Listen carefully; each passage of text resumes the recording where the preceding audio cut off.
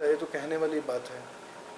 उनको बड़ी जल्दी जो है कानून या संविधान की याद जो है, मैं समझता हूँ सेंटर से लेकर स्टेट के जो बीजेपी के नेता हैं उनको संविधान की आज ही याद आ गई है, जब उनकी पूरी सीट ही नहीं आई, जब लोगों ने उनको नकारा है।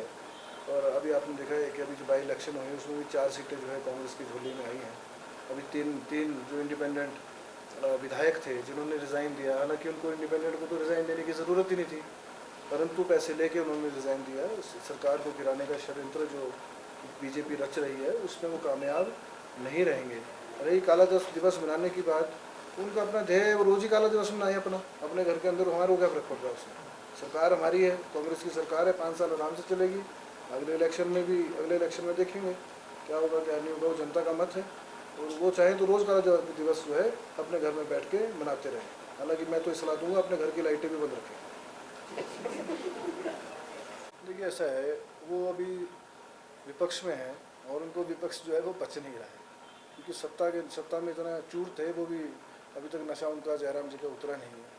मैं समझता हूँ कि जो भी कानून व्यवस्था से खिलवाड़ करेगा, चाहे वो कोई भी हो, चाहे वो एमएलएस के बच्चे हों, चाहे वो मिनिस्टर्स के हों, चाहे वो मुख्यमंत्री के हों या पूर्व मुख्यमंत्री के हों, जो भी गलत काम करेगा कानून के दायरे से बाहर जाएगा, उस पर कानूनी कार्रवाई जो है सख्त से सख्त करी जाएगी। एक आखिरी सवाल, आज नेशनल हाईवे अथॉरिटी जो एक काम कर रही है, क्योंकि मैं समझता हूँ गावर एंड कंपनी जो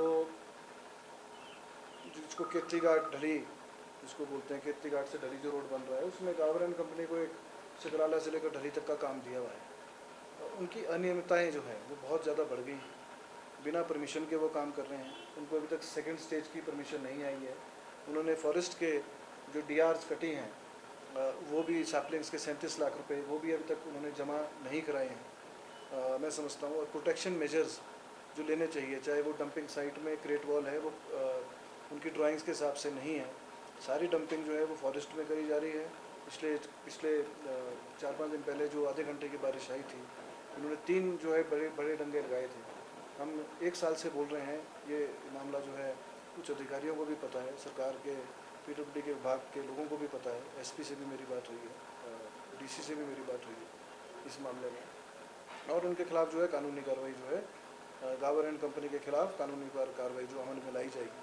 क्योंकि उनको हम पहले ही बोल रहे हैं कि जो आप मिट्टी जो डंप कर रहे हैं वो साइंटिफिक वे से नहीं कर रहे। आप जाके देखेंगे लोगों के खेतों में मिट्टी घुस गई है, लोगों के घरों के अंदर मिट्टी घुस गई है।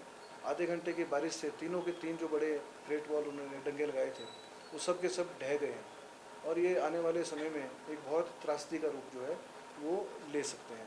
इसके लिए लोग जो है कोर्ट की तैयारी भी कर रहे हैं, मैं समझता हूँ। और ये मानना, ये एक बात बड़ी ध्यान में लाने वाली बात है कि इन्होंने तो डीआरए तो पहले कटी है, इनको डेट ऑफ जो अवार्ड लेटर है जो एनएचएआई देता है वो उन्होंने बाद में दिया है, और इनकी डीआरस जो है पहले कटी है। तो ये इन्हें बताया जो है वो एनएचएआई के अधिकारियों ने भी करी है, उनके ऊपर भी जो है कार्रवाई जो है अमल में जो है, और मैं खुद इंश्योर करूँगा व्यक्तिगत रूप से कि इसमें जो भी अधिकारी सम्मिलित होंगे उनके साथ साठगांठ करके वो सभी जो है उनके ऊपर कार्रवाई, सख्त कार्रवाई की जाएगी। मैं आपसे चाहता हूँ कि जनता का काम है, अमित शाह पिसता जो है गरीब आदमी पिसता है। आप साइट पे जाइए, ढली तक जाइए और वहाँ लोगों से भी बात करिए, और आप देखिए मिट्टी कहाँ तक उन्होंने डंप करी है। वो सीधे ही जो है कोई इनको डंपिंग का फार्मूला नहीं है, हालांकि साइट्स हैं उसमें कोई प्रोटेक्शन वॉल्स नहीं लगाई गई हैं, डायरेक्ट जो है वो जंगलों में डंपिंग कर रहे हैं। उससे पानी के सोर्स जो हैं वो ख़त्म हो रहे हैं, पुराने रास्ते जो हैं वो ख़त्म हो रहे हैं, और जो है लोगों के घरों को जो है नुकसान बहुत बड़े पैमाने पे जो है यहाँ त्रासदी, मैं समझता हूँ उसका अंदेशा है। घोटाले जो हैं हर्ष महाजन जी के समय में हुए हैं उसकी जांच जो है वो सरकार प्राथमिकता से करेगी और जो दोषी होगा उनको सजा देगी। एक और सवाल है, दबाव में क्या आपके अधिकारी क्या दबाव में काम नहीं करते हैं? क्या आप लोगों ने जो है डेमोक्रेसी का मजाक नहीं बनाया है? क्या आपने वोट नहीं खरीदे हैं? क्या चंडीगढ़ में जो डेमोक्रेसी का मजाक बनाया, क्या वो दबाव में नहीं था? इसलिए भी मैं जवाब मांगना चाहूँगा। और रही स्पीकर साहब की, उन्होंने जो भी किया है संविधान और कानून के तहत ही कार्रवाई करी है, जो ये पचा नहीं पा रहे हैं। जयराम जी ने विधानसभा के अंदर खड़े होकर बोला था कि सरकार को भगवान भी नहीं बचा सकता है, ये तो भगवान को भी ललकार रहे हैं, मैं समझता हूँ। उनको भी एक चुनौती दे रहे हैं और उनका ईगो जो है वो इतना बड़ा हो गया है कि उनको कोई इंसान जो है इंसान की तरह लगता ही नहीं है। जो भी काम होगा कानून के तहत होगा। कोऑपरेटिव बैंक के घोटालों की जांच हो रहा है सरकार। देखिए विकास आपके सामने है कि डेवलपमेंट जहाँ तक है, कितनी डेवलपमेंट हो रही है। पिछले जो त्रासदी आई थी, आज सारी सड़कें पुनः बहाल हैं, सभी पुल जो हैं आज पुनः बहाल हैं। हालांकि सेंटर ने कोई भी स्टेट की एक पैसे की कोई मदद नहीं करी है। पिछले कल भी स्टेट प्लानिंग कमीशन की एक मीटिंग थी, पिछले कल जो है उसकी मीटिंग भी थी।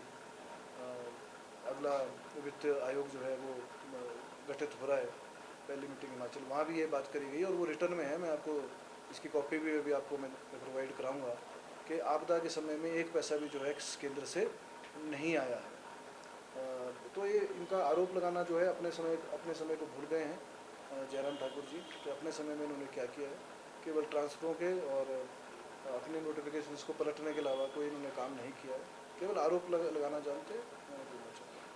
स्पीकर जो हैं वो देखिए जो श्री हर्षवर्धन जी बोल रहे हैं और जो राज्यसभा वो मेंबर जो है विधायकों को खरीद के बने हैं और वो ये बोल रहे हैं कि यहाँ पे राष्ट्रपति शासन लागू किया जाएगा। राज्यपाल शासन।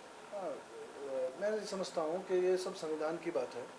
संविधान तोड़ने में भाजपा जो है सबसे न केवल देश में, पूरी दुनिया में कॉन्स्टिट्यूशन को तोड़ना मरोड़ना, उसका जो मजाक बनाना इनकी आदत बन गई है। और जहाँ तक जो भी कार्रवाई होगी, चाहे वो किसी भी मामले में, चाहे वो एमएलएज हैं, चाहे वो प्रधानमंत्री, राष्ट्रपति, और कानून के तहत ही होती है। तो मैं समझता हूँ निलंबन अगर हो तो वो कुछ ना कुछ उन्होंने किया होगा। और रही गवर्नर शासन लगाने की या राष्ट्रपति शासन, प्रेसिडेंट रूल लगाने की स्टेट के अंदर, तो मैं नहीं समझता हूँ वो कैसे लगने वाला है। उसके लिए कोर्ट के दरवाजे हैं, सुप्रीम कोर्ट है, उनके बोलने से ये काम नहीं होने वाला है। बीजेपी लगातार ये बात